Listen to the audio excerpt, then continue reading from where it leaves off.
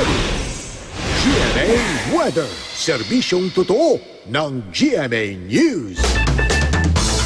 Pinangangambahan ng masamang panahon ang sasalubong kay Pope Francis sa Leyte dahil sa bagyong Amang. Maaari nga bang magbago ang galaw ng bagyo? Alamin yan at iba pang detalye sa lagay ng panahon mula kay GMA Weather Resident Meteorologist Nathaniel Cruz. Mang Tani. Lala, nasa loob na nga ng Philippine Area of Responsibility yung binabantayan nating bagyo, ang Tropical Storm Amang.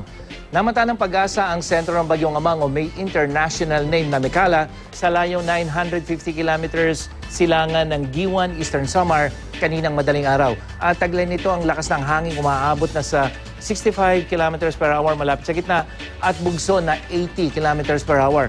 Inaasahan na kikilos ang bagyo pa west-northwest sa bilis na 19 kilometers per hour.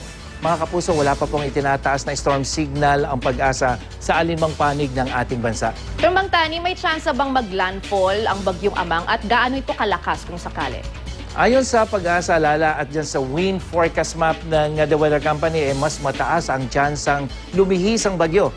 Pero lalapit muna ito dyan sa may Eastern Visayas bago ito kumilos pahilaga at yung paglapit niya ay magdudulot yan ng masamang panahon, lalong-lalo na yung maulang panahon dito sa bahagi ng Eastern Visayas at ng Bicol Region ngayong weekend. At kung sakali mo maglandfall ayon sa pag-asa, posibleng mangyari yan dito sa may Samar o dyan sa may Eastern Samar. Kaya mga kapuso, maaari pa pong magbago yung galaw ng bagyo sa mga susunod na araw at oras, kaya manatiling tumutok dito sa balita. Ngayon nga araw ng Huwebes, mababa po ang tsansa ng ulan dyan sa Tacloban City sa Leyte, base sa datos ng The Weather Company. At masamang panahon naman ang sasalubong kay Pope Francis sa lungsod sa weekend, Biyernes at Sabado po yan dahil nga sa paglapit sa Visayas ng bagyong Amang. At dito naman sa Metro Manila, mababa ang tsansa ng ulan maghapon. Hanggang sa mga sandaling darating na po ang Santo Papa, yan yung between 2 to 8 p.m.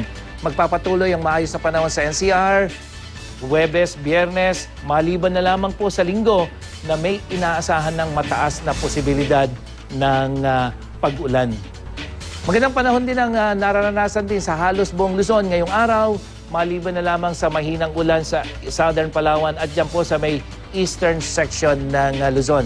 Maaliwalas din ang panahon sa Visayas, lalong-lalo na dyan sa may Central at Western section, maliban na lamang po sa mga mahihinang pag-ulan.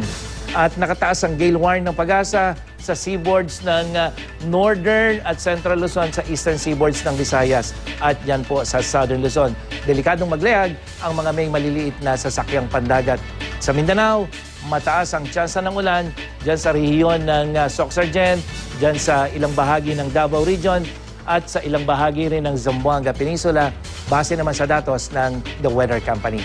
Yan ang latest mula sa GMA Weather. Ako po si Nathaniel Cruz, magplano para sigurado. I am ready.